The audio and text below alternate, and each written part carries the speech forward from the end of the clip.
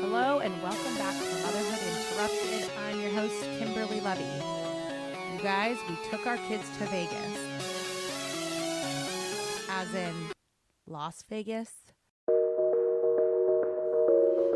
right, why on earth would you take your kids to Las Vegas? Let's get real. It's because every other trip I looked into was so expensive, it made me nauseous. It made me physically ill.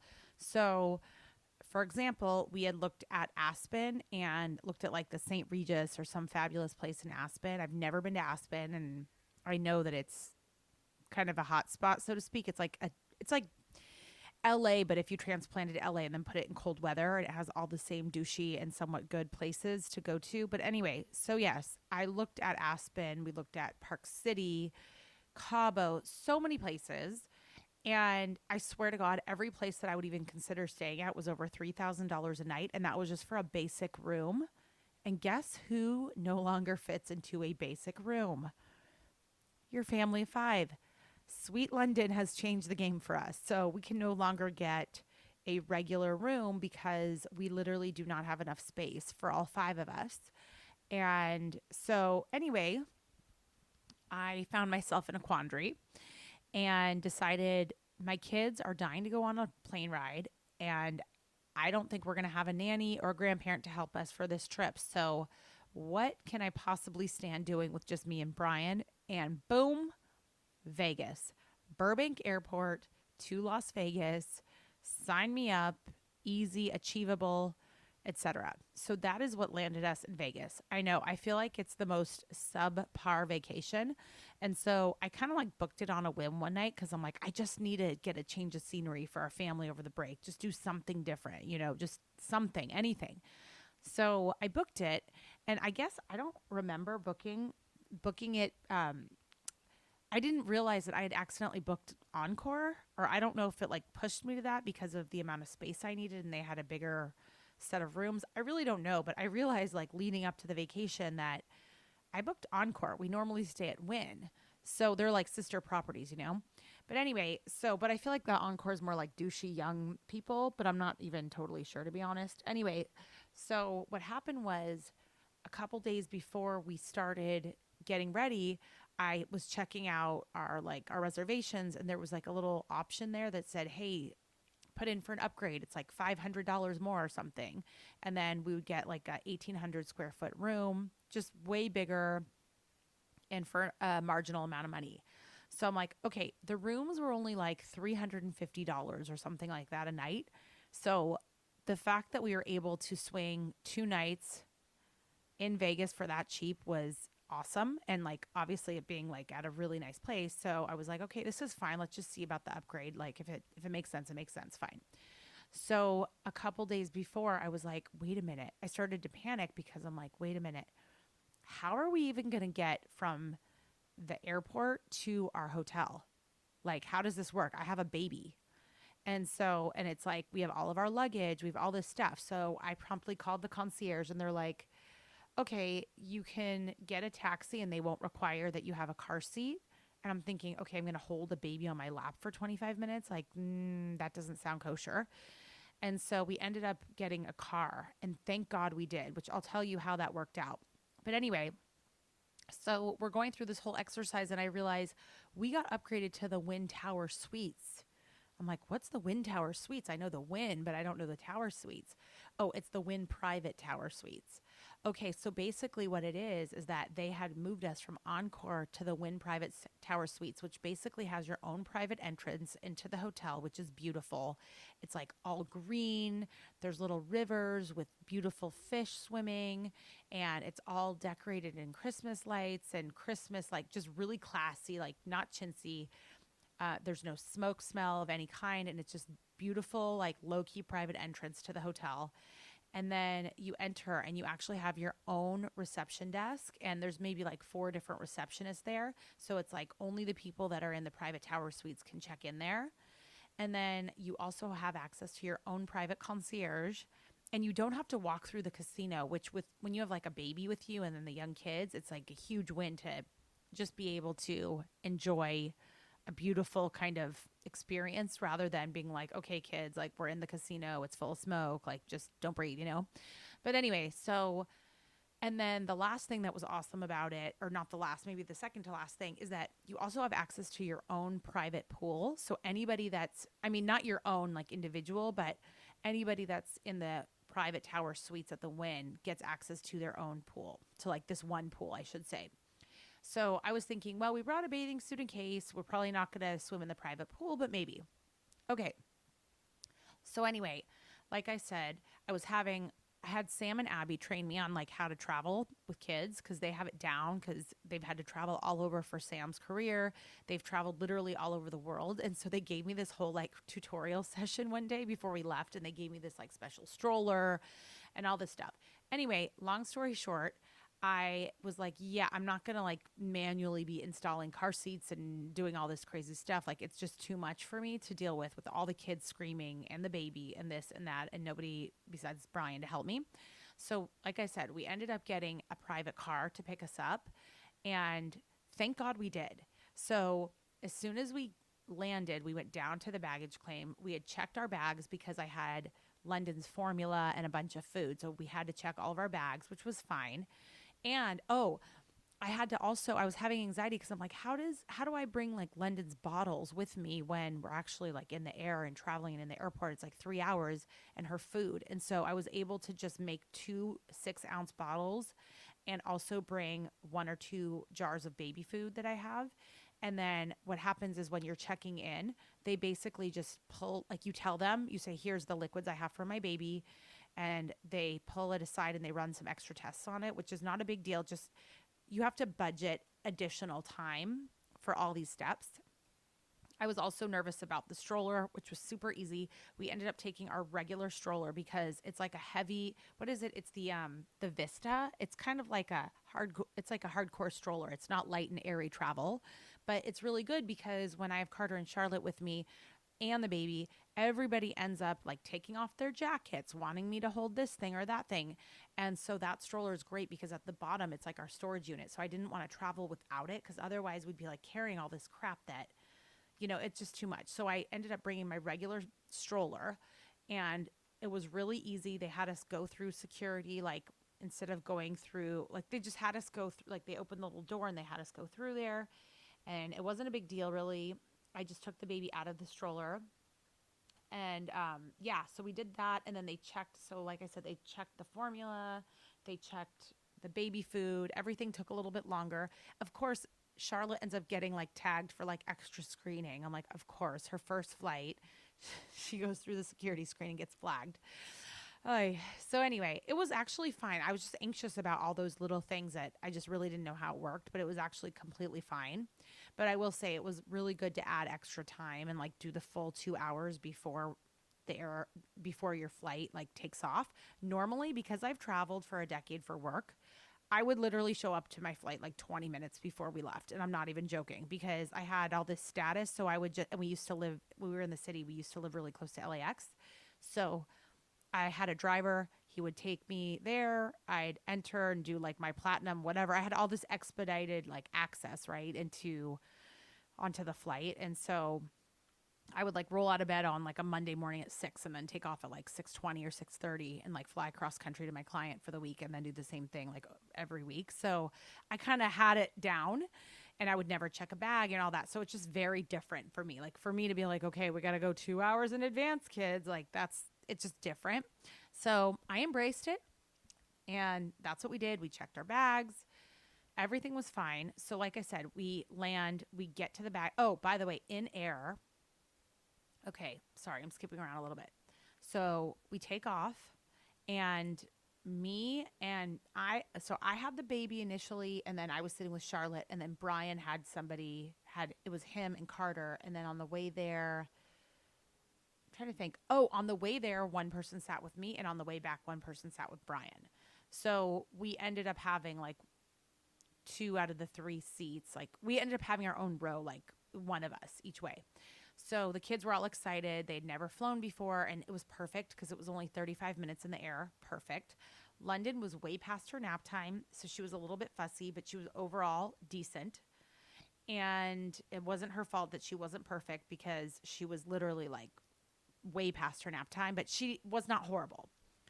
All right, so we do the flight. It's easy breezy. We land, we go down to the baggage claim, and there's a guy there with my name on like an iPad. It's our driver. He gets a car seat just for the baby so that I didn't have to like carry any car seats or any of that stuff. And we get into the parking lot. He like escorts us out, and he has this massive van, and it's like it's just pimped out. It has, a screen. It's like 13 different seats or 15 seater or something, some huge, leather, black, diamond stitched, whatever. It's like a really, really fancy van. And I'm like, how did we score this? He's like, well, I just had to take like 13 people to the airport. So it just made sense. Like we just kind of, I'm like, oh, so we lucked out. He's like, yeah. So his name was Wes. Shout out Wes. Really awesome. And so he took us to our hotel. And like I said, we had all the private access and check-in and all that stuff. So all this was feeling, as you guys can tell, like it all felt very VIP. Keep in mind, so many of my friends are literally like jet setting off in their private jets. And I'm over here rocking it in Southwest, like a very like pedestrian life, right? So by no means like do I think that we're fancy at all. And by the way, this is the reason why I love Vegas, is because you can kind of feel like you're fancy and you're not even paying that much, and it's really kind of the best. So so we had been tipped off by a bunch of our friends that, oh, Vegas is actually really fun for kids. And I was like, really? I was sort of like, I don't know, the whole thing. I was sort of golf clapping my way through, right? Because it's like, who takes kids to Vegas? Let's be real. But apparently there's a lot of stuff for families. And so I was very skeptical the whole time. So we get up to our room after we do our check-in, all this stuff. Everything's going pretty well. And our room ends up being one king bed. And there's 5 of us. So we ended up needing to get 2 cots for the kids, which were very comfortable double beds that they were able to fit into the room. And then they brought baby London her crib, which we had already requested. And then the bathroom, it was like a showstopper. The bathroom was gorgeous, gorgeous. It was huge. It was as big as like the other 2 rooms in the suite. A huge walk-in closet, huge bathtub that had like all the fancy things in the bathtub, the jets and I don't know, it had all these buttons, beautiful shower, gorgeous sinks, storage, everything. It was awesome. Okay, so good. So we make it there. And then what did we end up doing like the first night? We just basically unpacked, and then I didn't plan anything. Like normally I'm the one that calls concierge. Like I'm usually the party planner. So when we go to Vegas, I'm usually the one that orchestrates every single step for all of my friends to make sure that it's a bomb ass day. I make sure we have the best restaurants, that we have all the right clubs, the right shows, like it's on lock. But I also have learned in motherhood, things go very differently when you have a bunch of young kids with you. So I refrained from overscheduling us, and that was definitely the right move, because everything in Vegas is like a logistical exercise. And when you have all these young kids, getting from point A to point B is not so easy. You can't just hop in a cab and go that easily. So so the first night we really didn't do anything. I think we just went to dinner. It was like 4:30. I think Brian had walked around while the baby napped, and I unpacked everybody. Oh, so we ended up, okay, so this is what happened. That night, I'm like, okay, let's go eat something good. I call the concierge, and they're like, okay, at the Wynn, you can't have a baby at your fine dining restaurants. So kids have to be 5 years or older. So what we do have is a upscale Italian restaurant called Allegra that you can go and eat at. I'm like, okay, that sounds perfect. It's right here. It's easy, right across the casino, right next to Louis Vuitton. I'm like, okay, that sounds great. So we get there at 4:30. Feels like it's like 8:30 already, keep in mind, but it's 4:30 p.m. We end up going to Louis Vuitton, looking around. Brian's trying on watches. The kids are Carter's picking out stuff. Whatever. We don't buy anything. It's fine. So we end up eating at we sit down at about 5:00. And you guys, the food at this place was so bomb. I'm like literally dreaming about it, dying to have it. So I ended up ordering like a pappardelle wild boar ragu, and it wasn't like big chunks of meat. It was like really small, and it was sort of like almost looked like pink vodka cream sauce or whatever, but it wasn't. Um, Best noodles. Brian, he ordered a lasagna, which he could only have half of it.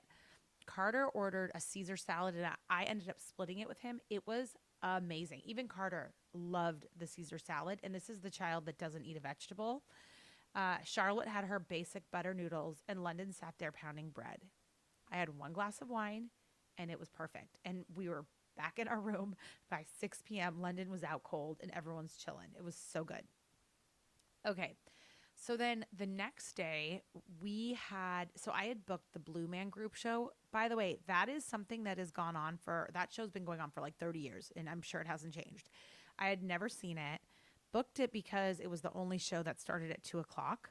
Everything else there was one or two that were at 5 o'clock, and then pretty much everything else was at 7 p.m. And there's a lot of shows that are family appropriate. I did not realize that. Like, there's a ton of different options for shows that are like for kids or for families. So, like, not even really cheesy, but just like family appropriate, you know? So that was really shocking. Okay, so we get our tickets to Blue Man Group, and that wasn't until 2 o'clock. So one of our friends was like, "Oh, take the kids to the arcade, and then they have the roller coaster there at what hotel? New York, New York." I'm like, "Okay, great." So we get a car, and same thing. We get the driver, the whole thing. Thank God. And they drop us off at New York, New York. Great. We get there. We finally figure out where the arcade is. It's closed for only 4 days in the year for maintenance. So that was a huge bust. I was so pissed. I was like, honestly, really pissed off because there were so many other activities we could have chosen, but I knew we had to be really selective. And also, like, we had to make sure that it made sense with our schedule to get us to the show on time, which the show was at the Luxor. So, yeah, it was a complete bust. I was so mad. Definitely would have been amazing if that had worked out. So that's something that a bunch of my friends said that you have to do and that they love doing. And again, we only were staying there for 2 nights. So we only had one full day there, which means you basically have like one activity and one show. That's really what it comes down to because things don't open early enough. Oh, I forgot that morning because, we had been up since like 5 or 6 in the morning. We went to this amazing breakfast downstairs, right downstairs from where we were staying at the Wynn. And it's called Tableau. And they had the most spectacular breakfast. The kids loved it. Right after that, by 8 a.m., London's down for her nap, and the kids went swimming in the private pool, which was perfect because there was not a single 20-year-old in sight, not a single spring breaker. I say spring breaker, broadly and loosely. I know it's wintertime, but it was just not the typical douchey Vegas scene that you're used to. It was just like upscale, clean, empty. It was such the vibe because you did not have any of the like crazy Vegas vibes going on the whole time. And it was just, you saw more families there, which was surprising. And I was told actually by Wes, our driver, that Vegas used to be dead during Thanksgiving and Christmas. And now it's kind of become more of like a destination. So it's like a little bit more busy than it typically had been. So I think it's a hidden gem. I have to tell you guys, and I'll tell you more about that why. Okay. So anyway, so we did this whole pool thing. The kids did the bathtub in our room afterwards. They thought it was so fun because that in itself was like an adventure. And then I'm like thinking, oh God, I wonder what goes on in this bathtub. I don't even want to know. But anyway, so yes. So then that's when we, again, drove over to the New York, New York. And it was a bust. So then they had a Hershey store that was like 2 floors, and the kids got little souvenirs and a little Hershey drink. And then we walked across the bridge, and the kids are just loving that it's like a different scene, a different environment. They've never been to Vegas. So they were actually really content, and they weren't like super upset about the arcade at all. Like they were just like fine.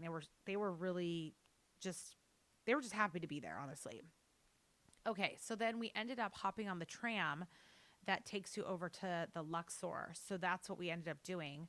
And I forget the hotel that we were at that took us there. Anyway, there's this tram. It was like a little train ride. Again, the kids loved it. London's chilling. It was all good.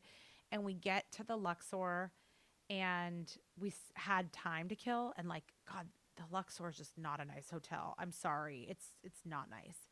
And so we ended up there for a little snack time. And then London had a head to toe poop, which was super classy.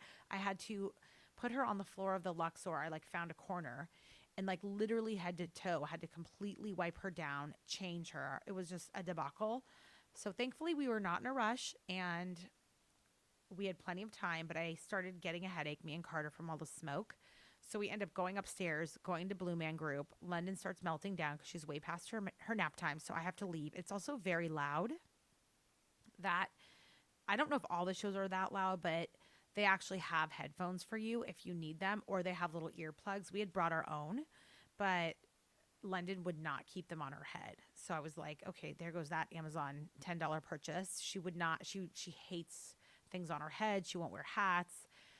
So that was a bit of a bust. So she passed, I take her out. The kids are loving it. They're there with Brian, and London and I are walking all over, and I come across it's called the Ice Bar. I'm like, oh, I've been to this at the Venetian. And it's basically like this bar that you walk in. First of all, so you get tickets, and it's like a 30-minute experience maybe, but what they do is they give you like warm fur coats and hats, and the kids can keep their hat that they choose, and you go in and everything's made out of ice. And I went with my girlfriends like a while back, and they have like an actual bar there, like adult beverages can be drink whatever there. And then they have mocktails for the kids, and they're served in like glass cups, and like not glass, sorry, in ice cups.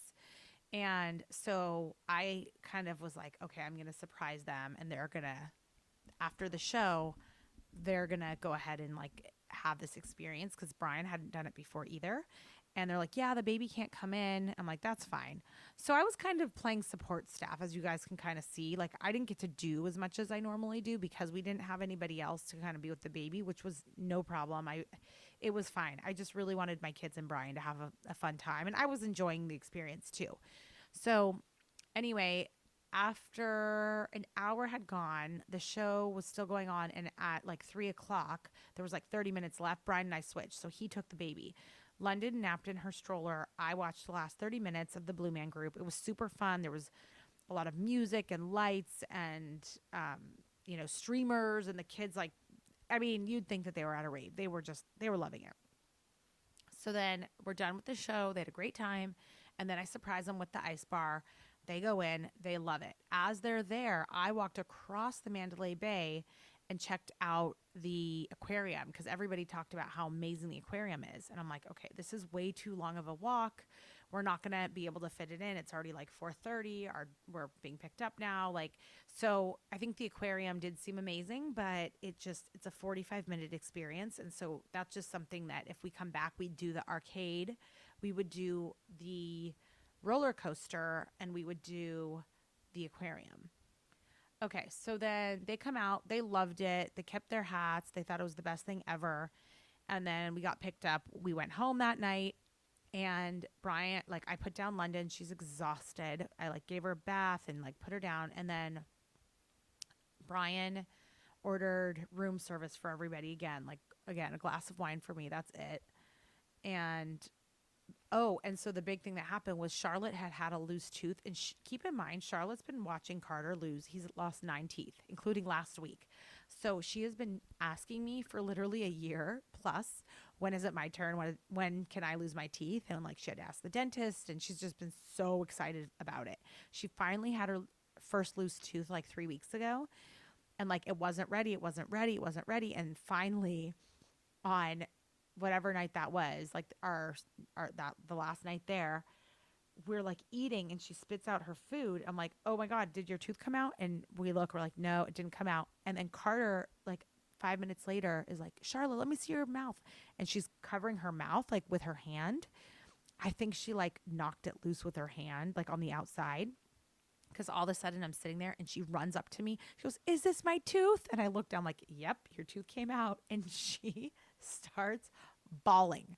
She starts crying. It completely freaked her out. It was so cute and so funny.